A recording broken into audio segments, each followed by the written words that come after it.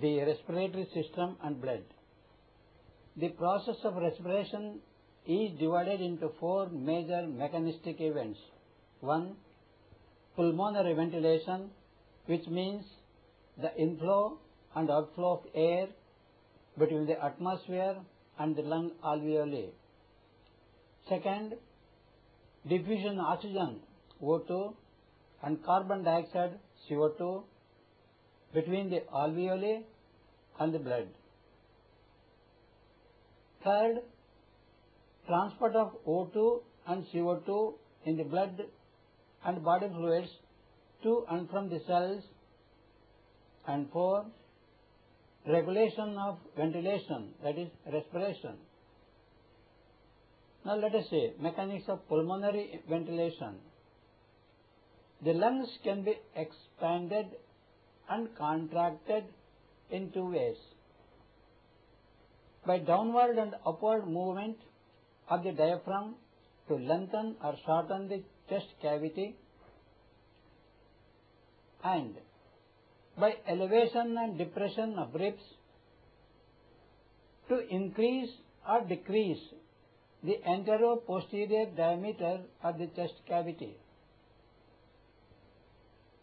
Normal breathing is done by inspiratory movement of the diaphragm when the ribs are raised and the lungs are expanded. The lungs thus have the elastic tendency to collapse and to restore, to recoil away from the chest wall or to expand. During quiet respiration, muscle contraction occurs only during inspiration, while expiration is entirely a passive process caused by elastic recoil of the lungs and chest cage structure. Only 2 to 3% of the total energy spent by the body is required to energize the pulmonary ventilatory process. In heavy exercise, 3 to 4% is required. 4 different lung volumes, which when added together equal the maximum volume to which the lung can be expanded, are as follows. The tidal volume, which is the volume of air inspired or expired with each normal breath, is about 500 ml. The inspiratory reserve volume, which is the extra volume of air that can be inspired over and beyond the tidal volume, is about 3000 ml. The respiratory reserve volume, which is the amount of air that can still be expanded after the end of tidal expiration, is about 1100 ml. The residual volume, which is the volume of air still remaining in the lungs after the forceful expiration, is about 1200 ml. When 2 or more volumes are combined, such combinations are called pulmonary capacities. All pulmonary volumes and capacities are about 20 to 25% less in the females. When all inspiratory muscles are relaxed, the lungs return to a relaxed state called the resting respiratory level. The air at this level is equal to the functional residual capacity, or about 2300 ml. The minute respiratory volume is the total amount of the new air moved into the respiratory passages each minute, and this is equal to the tidal volume into the respiratory size rate. The normal tidal volume is about 500 ml and the normal respiratory rate is about 12 breaths per minute. Therefore,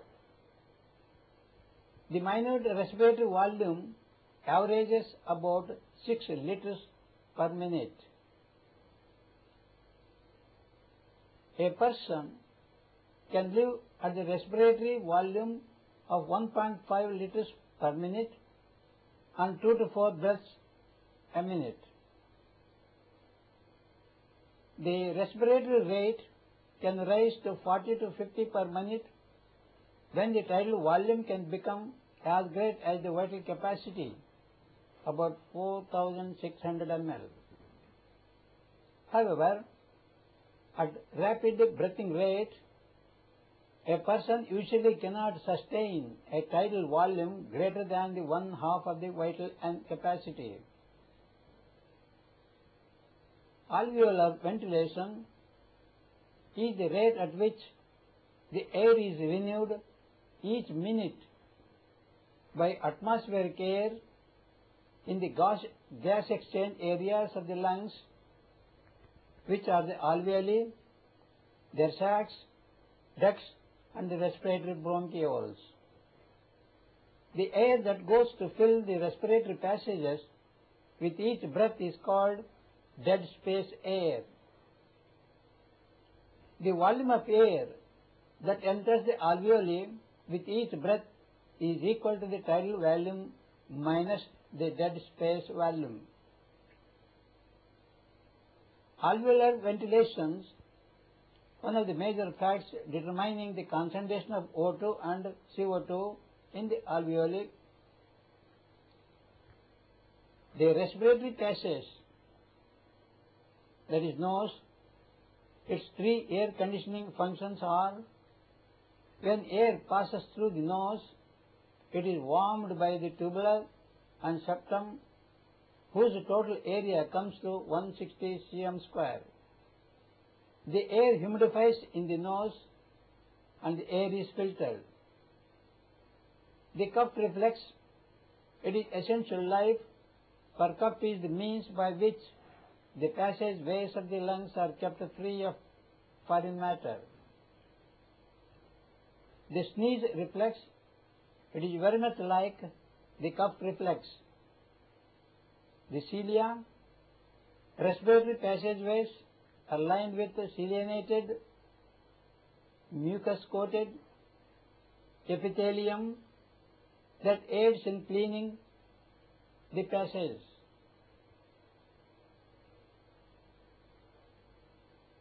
Vocalization, including phonation and articulation, are also included in the system.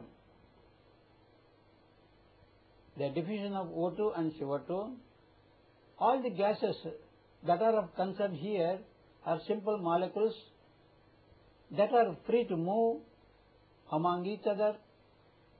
This is called diffusion.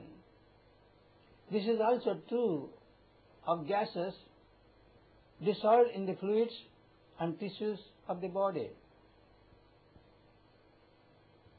Energy is required for diffusion. This is provided by the kinetic motion of the molecules themselves. Except at zero temperature, all molecules of all matter are continually undergoing some type of motion. For free molecules, this means linear movement at high velocity until they strike other molecules. In this way, the molecules move rapidly among each other. Alveolar air does not have the same concentration of gases as atmospheric air by any means. This is why, because the alveolar air is only partially replaced by atmospheric air with each breath. O2 is constantly being absorbed from the alveolar air. CO2 is constantly being diffusing from the pulmonary blood into the alveoli. Dry atmosphere air is humidified in the respiratory passages before it reaches the alveoli. Atmospheric air is composed almost entirely of nitrogen, N2, and oxygen O2. It contains almost no CO2 and little water vapor. O2 is continually being absorbed into the blood of the lungs, and new O2 is continually altering the alveoli from the atmosphere. The more rapidly O2 is absorbed, alveolar concentration becomes less. On the other hand, the more rapidly O2 is brought into alveoli from the atmosphere, the higher becomes its concentration. Therefore, the O2 concentration and pressure in the alveoli is controlled by the rate of absorption of O2 into the blood, 250 ml per minute, and the rate of entry of new O2 into the lungs by the ventilatory process. Carbon dioxide is continuously being formed by the body, then discharged into the alveoli, and this is removed from the alveoli by the process of ventilation. The respiratory unit consists of a respiratory bronchiole, alveolar ducts, atria, and alveoli. There are about 300 million alveoli in two lungs, each alveolus having a diameter of about 0.25 mm. Within them is a solid network of interconnecting capillaries. Inside, the flow of blood in the alveolar wall is described as a sheet of flowing blood. It is obvious then that the alveolar gases are in close proximity to the capillary blood. Gaseous exchange between the alveolar air and pulmonary blood occurs through the respiratory membranes of all the terminal portions of the lungs. Then the transport of O2 and CO2. Normally 97% of O2 transported from the lungs to the tissues is carried in chemical combination with hemoglobin in the RBC, and the remaining 3% in the dissolved state in water or the plasma and cells. Under normal conditions, O2 is carried to the tissues entirely by hemoglobin. Under resting condition, about 5 ml of O2 is transported by each 100 ml of blood, and the cardiac output is about 5000 ml per minute. Therefore, the quantity of O2 delivered to the tissues each minute is about 250 ml. In strenuous exercise, O2 transport is increased 15 times. O2 transport can be increased to 3 times normal supply by an increase in the utilization coefficient, increase another 5 times by the increased cardiac output, thus accounting for the 15-fold increase. Thus the maximum rate of O2 transport to the tissues is about 15 into 250 ml or 3750 ml per minute in normal man. In strenuous exercises, this volume can increase to 5 liters per minute. The rate of oxygen utilization by the cells is controlled by the rate of energy expenditure within the cells, that is, by the rate at which adenosine diphosphate ADP is formed from adenosine triphosphate, that is ATP, and not by the availability of oxygen. About 4 ml of CO2 is transported from the tissues to the lungs in each 100 ml of blood. Respiratory regulation. The respiratory center located bilaterally in the reticular substance of the medulla oblongata and pons is divided into 3 areas. One, the dorsal medullary group of neurons, which is mainly as inspiratory area a ventral respiratory group of neurons, which is mainly an expiratory area, an area of pons that helps to control the respiratory rate called the pneumotoxic area. Now the blood. Blood is a viscous fluid composed of cells and plasma. More than 99% of the cells are red blood cells. White blood cells play almost no role in determining the physical characteristics of the blood. The percent of blood that is cells is called the hematocrit. Thus, if a person has a hematocrit of 42, which is the normal man's hematocrit level, 42% of the blood volume is cells and the remainder is plasma. The overall blood flow in the circulation of an adult person at rest is about 5000 ml per minute. This is called the cardiac output because it is the amount of blood pumped by the heart in a unit period of time. Blood pressure is always measured in millimeters of mercury, mmHg, because the mercury manometer is being used to measuring blood pressure.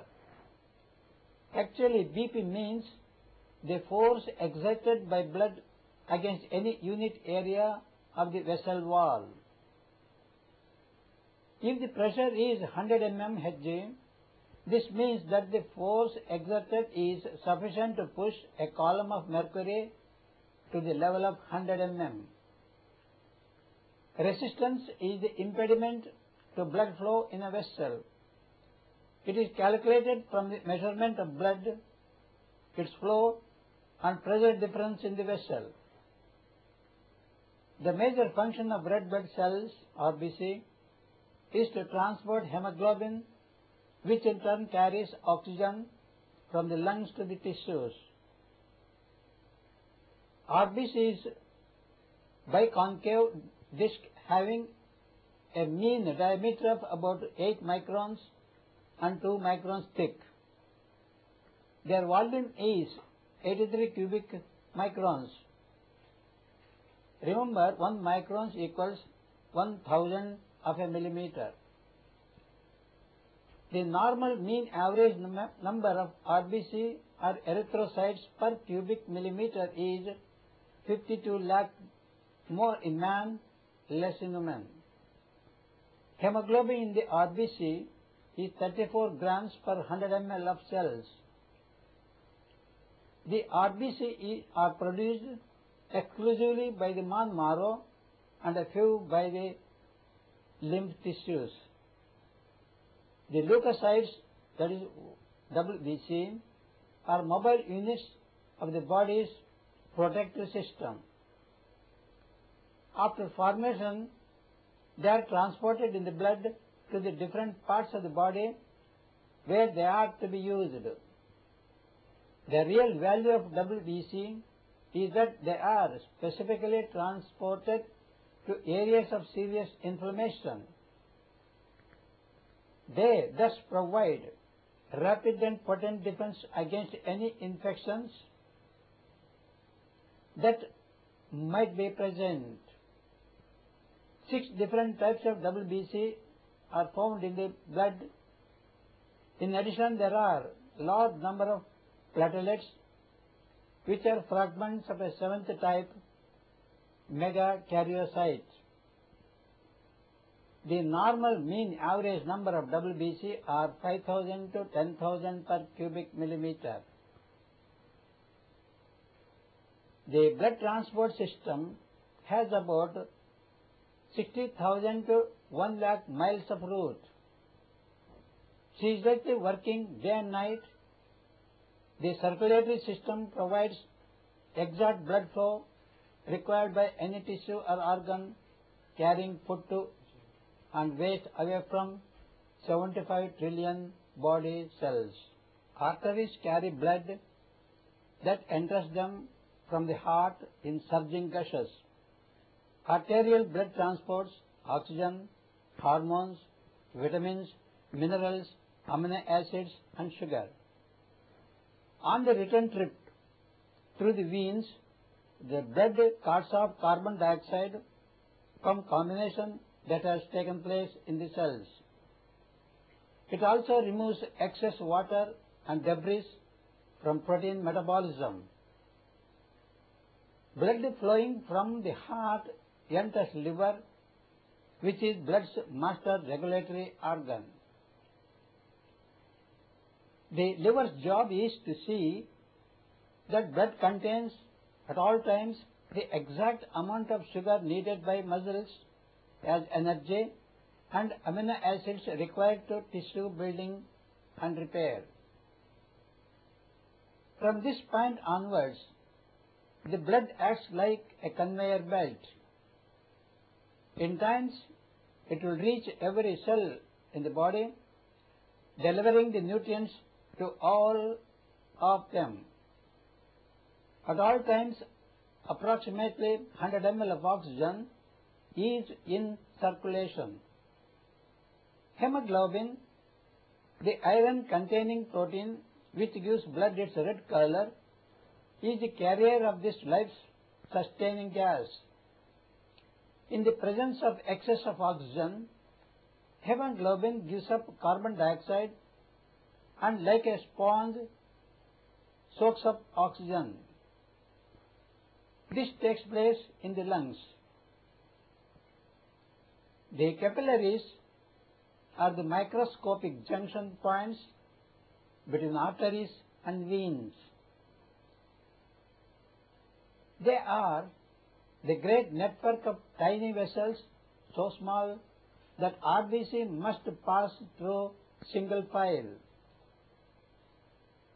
Capillary walls are relatively porous so that oxygen from the blood can pass through the walls in one direction and carbon dioxide waste from the cells in the other. Blood in the veins carries a variety of waste, mainly carbon dioxide, water and nitrogenous byproducts of protein metabolism. Lungs and kidneys are the chief drums for these unwanted materials. The complex blood traffic control is handled by the vasomotor center and the base of the brain. Nerve impulses go out from the center, tightening or loosening the muscles and the muscular walls of arteries, like the opening and closing sluice ways of a dam. The adult body contains about 5.5 liters of blood. Trillions of RBC are found in the blood. RBC, formed mainly in the bone marrow, are born and destroyed at the rate of 72 million a minute. The lifespan of RBC is 120 days. Iron is salvaged from the dying RBC, which is carried back to bone marrow by the blood for the manufacture of new hemoglobin, and without this miraculous iron recovery, we would be dying of anemia since the iron is scarce in our diet. Yoga prevents aging. The motto of Sri Achyutashrama is Know Thyself. Knowing oneself is not so easy as it might seem. What is the self that one is enjoined to know? Here comes the rub of explaining what the self really is. One thing is clear, that by self is not meant the physical aspect of human organism. It is in fact taken to mean that which other than the physical aspect. It is in fact the spiritual aspect, to be sure. The physical aspect of the organism represented by the human body has been very extensively examined by innumerable instruments which are the marvels of modern technology. The human body has been examined by every angle, cut into different sections, investigated by X-rays, and searched on by digital machines. Electronic microscope has revealed the secrets of the human cell, hitherto not fully understood. Yet the organism seems to remain a mystery, while throwing a challenge for the ingenuity of man to explore and find out the secret code of life hidden in every one of the 75 trillion cells. Let us now study the human body and see whether its structure and functioning offers any evidence supporting our contention that man need not age so early in life. Rather, that one can live healthily beyond the age of 120, 150 and more. Look at the anatomical structure. The anatomical structure of the human body is a marvel of construction. The skeleton is a framework which supports the body. The bone is a tubular part, strong but light in weight. It can support a weight of half a ton. The geometry of bone tissue is a rare piece of symmetry and harmony, calculated in strict accord with the most rigorous mathematical laws. Remove 9/10 of its live weight and it will still support the body loads. The supporting part of the skeleton that holds our whole body does not even come to 10% of its mass. In fact, there is nothing extra in the bones. They are constructed with extreme economy, utilizing minimal quantity of building materials. Inside the tubular bones lies the blood factory, the bone marrow. It is in the bone marrow that millions of corpuscles are produced every second. Bone participates in the calcium metabolism as well. Calcium is life itself, since life is endangered by the deficiency of calcium in the blood. Parathyroid glands handle calcium metabolism. Parathyroid glands handle calcium metabolism and the bone participates in this as well. That calcium is vital for the survival is illustrated by the fact that whenever surgeons remove thyroid glands together with the subcutaneous cellular tissue, the patients were caught in sudden spasm and death ensued. The surgeons at first were puzzled. Patients continued to die until it was learned that surgeons were also removing the adjacent small parathyroid glands that handle calcium metabolism. Surgeons had not noticed the glands before, that the organism reacted violently and immediately to the loss. The bone supplies its calcium to blood. It would be more exact to say that the blood itself washes the calcium from the surface of numerous crystals impregnated in the bone tissue. The enormous deposits of this bone ore have made the bone a sort of a monopolist in calcium metabolism. The ore always comes to the surface as expected, and the blood loaded with this valuable substance delivers it to all corners of the body. Calcium is constantly found deficient, and therefore the blood licks off the deficiency. Every minute, several hundred grams of bone pass into blood plasma, yet nothing serious happens. to the organism.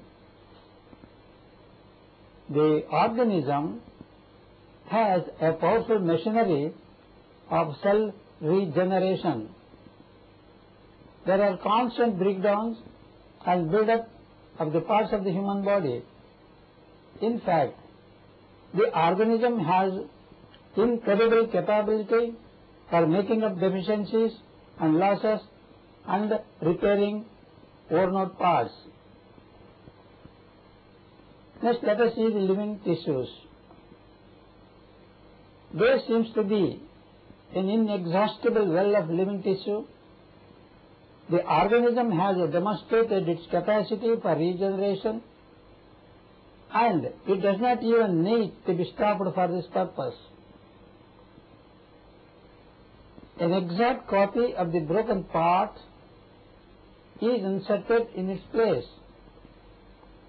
A muscle will never dislodge a bone, skin will always replace skin, yet the organism is no made-to-order institution. It intelligently meets the situation. It can restore the parts at its own expense, or do it out of the same starting materials. Thus, if the surroundings of the embryo are altered, new flesh suddenly grows up. There is logic behind regeneration. Skin epithelium, when transported to the cornea, does not become a cataract. On the other hand, there will never be confusion if it is grown from the mother tissue. And the young tissue, formed by adjacent tissues, develops exactly like its predecessors. Not all the tissues, however, hold the secret of constant regeneration. It is known only to the hardest working and the most short-lived parts of the body, for example, bone marrow and the blood. One can imagine what the situation would be if the blood-forming organs did not possess an incredible reserve of restorative forces.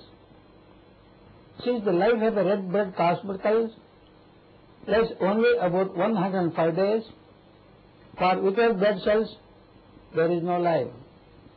That is, man lives as long as the weakest of his vital organs. Yet, there need be no scope for pessimism or fatalism. The blood cells, indeed, are short-lived. They break down rapidly and completely, but they are born just as rapidly. Each day, the bloodstream sees 1/30th of red blood corpuscles replaced. Fresh cells are constantly replacing those that die off. Also regenerated is the oxygen carrier of the blood, the hemoglobin. The reserve of red blood corpuscles considerably exceeds their depreciation period. This surplus can make up for loss of blood on any account. Now look at the nerve cells. Do the other elements of the body replenish their losses? Though not all of them, but most of extremely responsible organs are made of extra strong tissues, that is, muscles and nerves. The heart, a skeletal structure, and 15 billion nerve cells of the brain work without let-up. They, in fact, do not wear out at all. And if it weren't for disease caused by outside factors, the mechanism would tick on at least for 150 years. Yet it appears that even the external tissues have retained some kind of a right to self-regeneration. Biologists have their atom as well, that is the nerve cell. For many long years, it was considered indivisible. For living tissue, this meant a total inability to grow.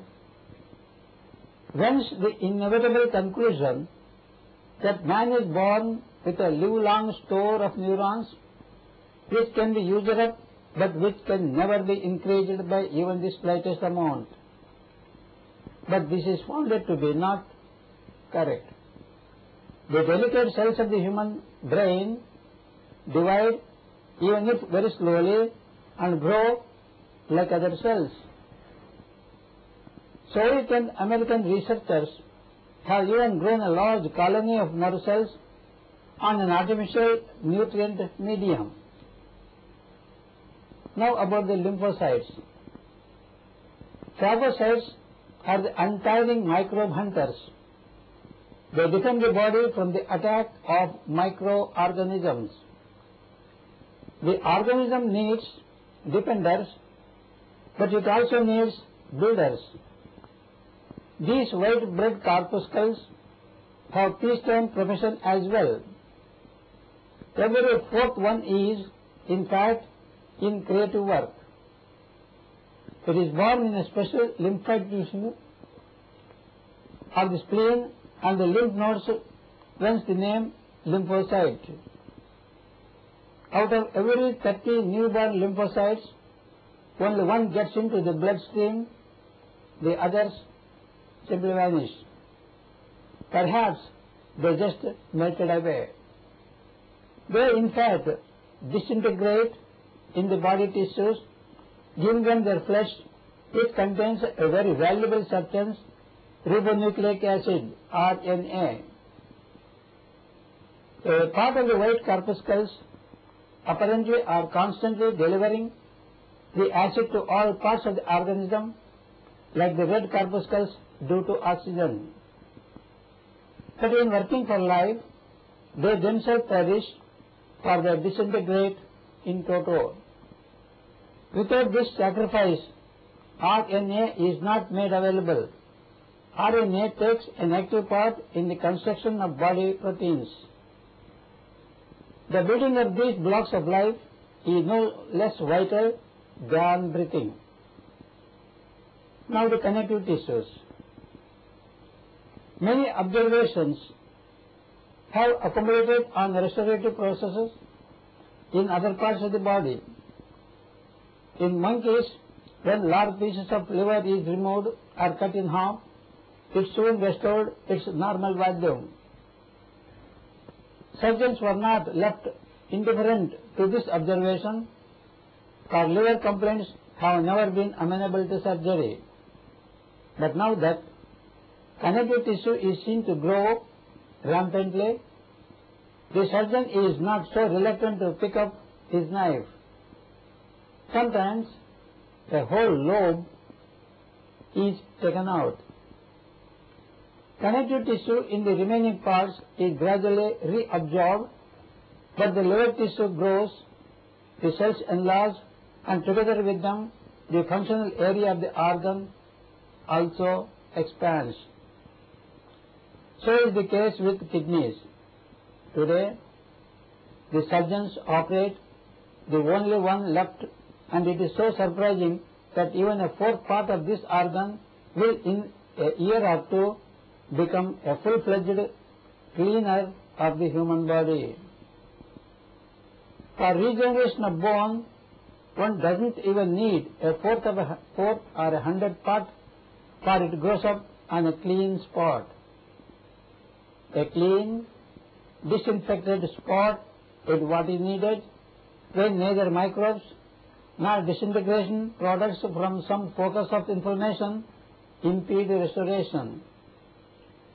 If a bone is supportively inflamed, the surgeon can remove it completely from the periosteum and insert in its place a gypsum rod and then sews up a wound. The gypsum remains in the living periosteous jacket.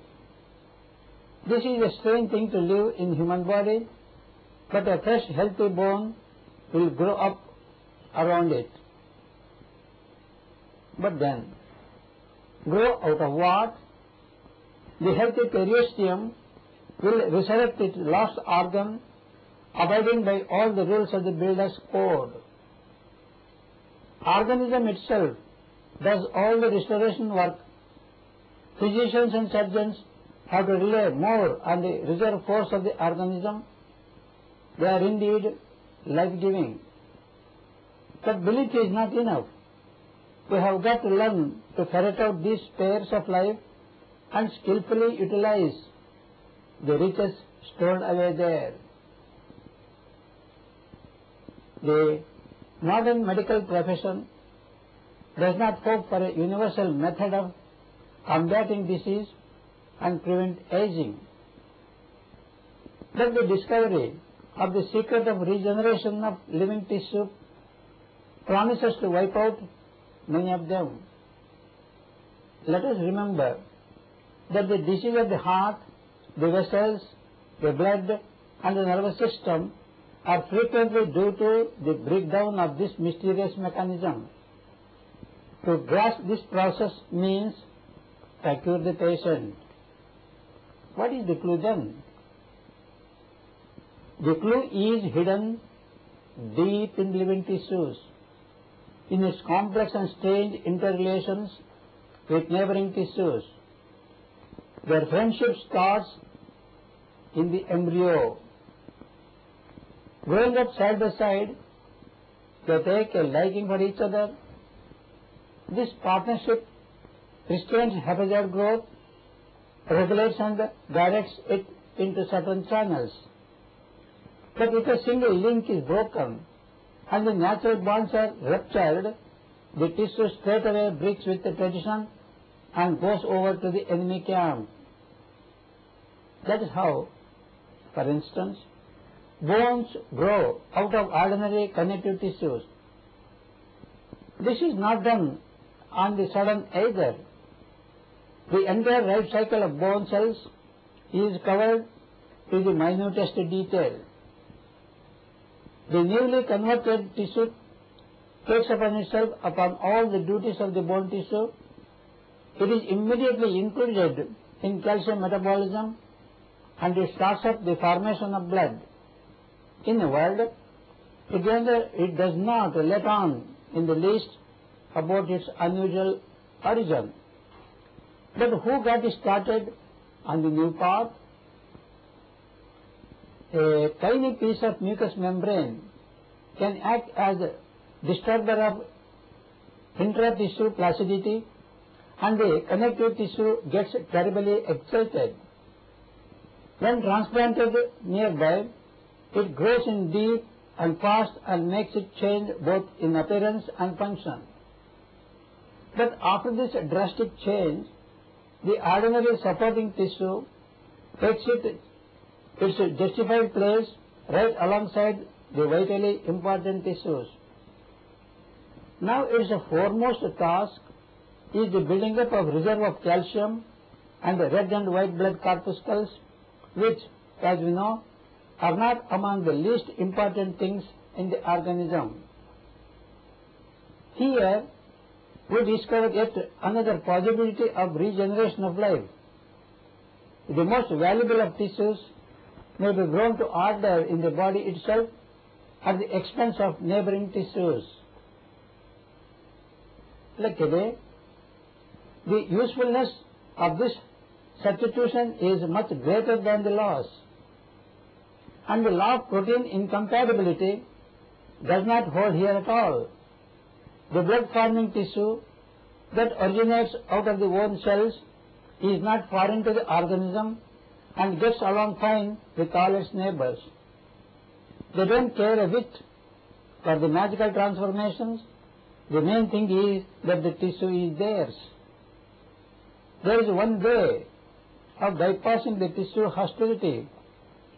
No transplantation, just grows the valuable tissue in situ.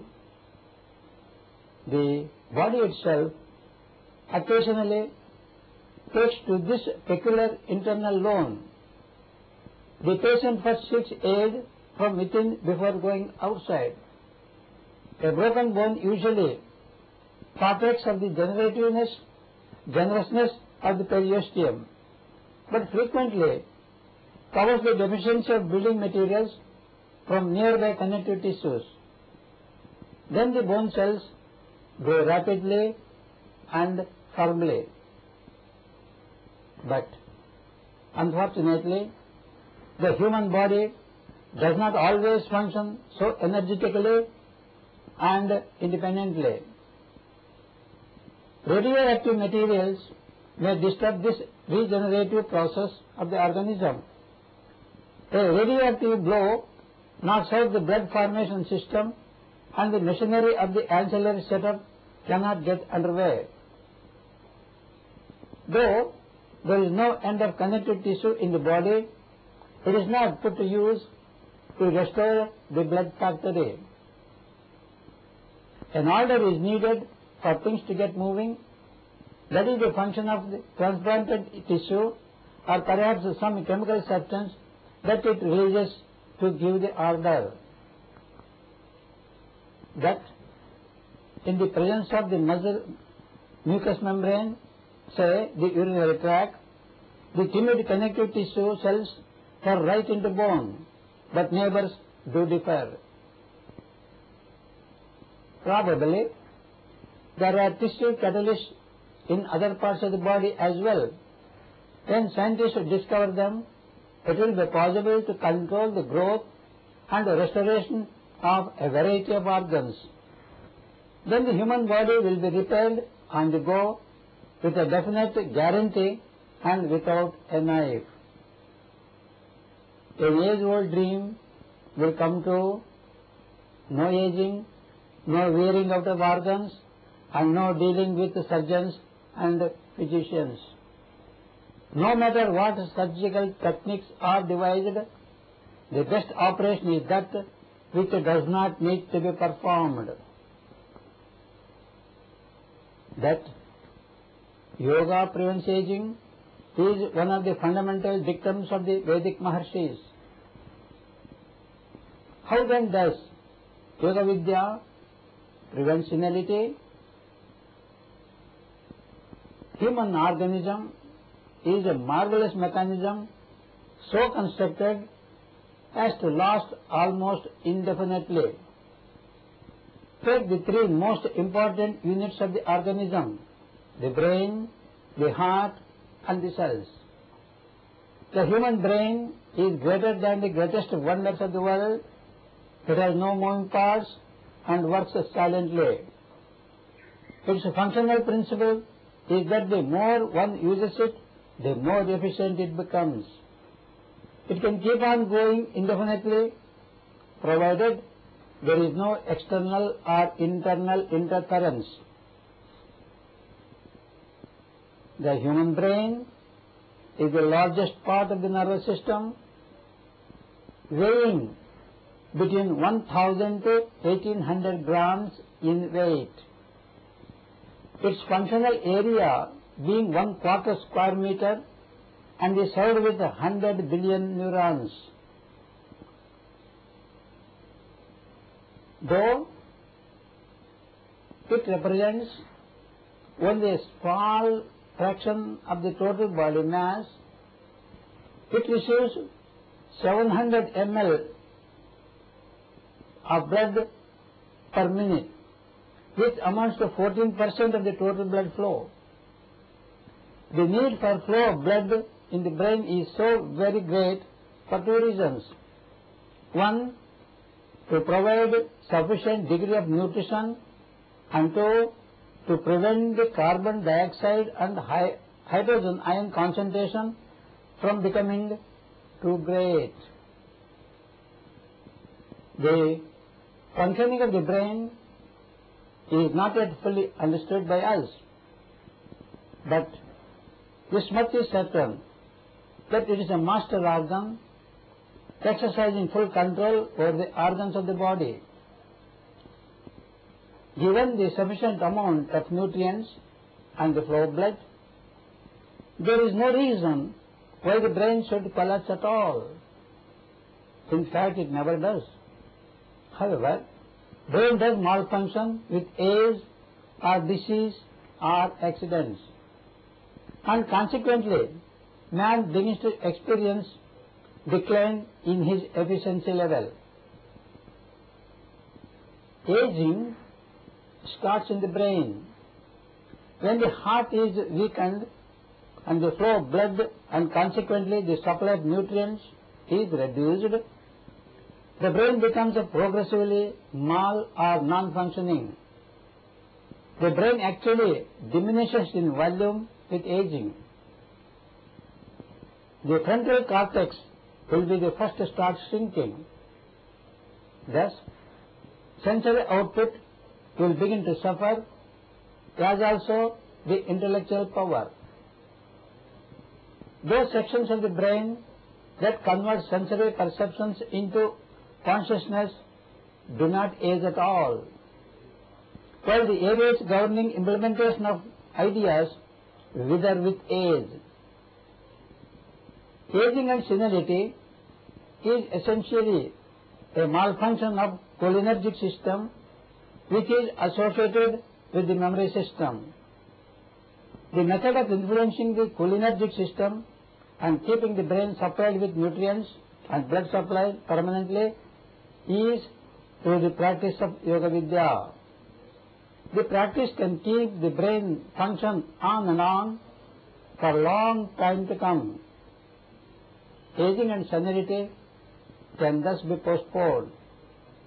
The heart, as the wonder pump, has the capacity to go on and on, provided its pacemaker, the sinoatrial node, is not disturbed. Tension and worry, depression and excitement can put undue pressure on the heart, thus causing serious damage to the muscle fibers of the heart. Sadhana calms the mind very certainly. The practice of Yoga Vidya keeps the organs of the body fully fit by supplying them the needed nutrients and blood supply. The carbon dioxide is eliminated cleanly so that the organs have a cleaner environment to function. Age and senility can thus be postponed. Sri Yogi Achyuta, a restricted view as seen from an aperture. Our Lord Sri Yogi Achyuta was absolutely certain about himself. He and his life should not be projected publicly at all. His very firm belief was that any man, as an individual, is perishable. Only his philosophy and his practice can be everlasting. Accordingly, he never allowed us any freedom to ferret out his biographical details so long as he was with us. With the help of a small piece of information, we could travel to his native place after his samadhi in 1958. What is presented here is authentic and authoritative. What is presented to you is bare facts, and the facets of his divinity is withheld intentionally. The time will reveal him in all his glory at the appropriate time. He was born to parents Bhupavarma and Ponnamma between the years 1900 and 1905 AD in a village named Benguru, halfway between Madikeri and Bhagamandala in the district of Kodagu, Karnataka State, India. His family name was Ballaraponda. He had one elder brother, Mandana, three younger brothers, Nanjunda, Karumbaya and Appachu, as also two younger sisters, Tangamma and Mayamma. Mandana was 4 years senior to Yogi Achyuta, and the youngsters were born at a difference of 2 years down the line. Appachu was the last to be born. He left the family in his early 20s. He did not marry. Not much is known of his life since he left Kodagu. until his arrival in Raidurga, Andhra Pradesh in 1938.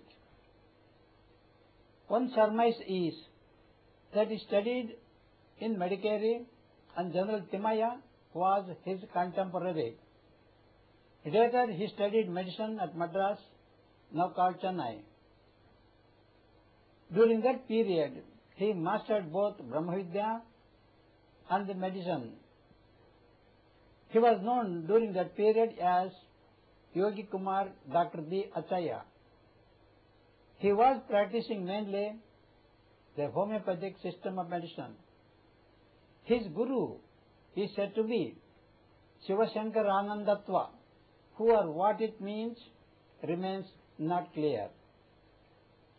He salutes as though it is a principle, not a person. These are the only known facets of his early life. Now see, Lord between the period 1938 and 1958. Here are the chronicle of events. 1. Seen in Raidurga for the first time as a Kerala doctor, 1938. His first known disciple, S.B. Vijayendra Rao, aged 18 years, meets Lord and now known as Swami Vijayendra in 1938.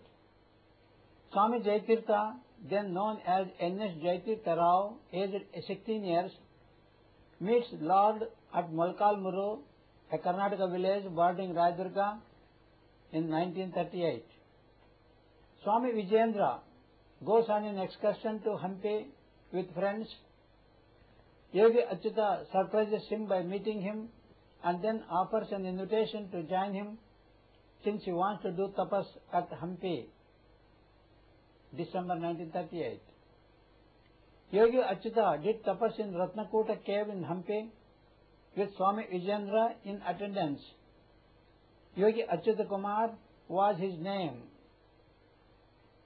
This was the period December 1938 to November 1940.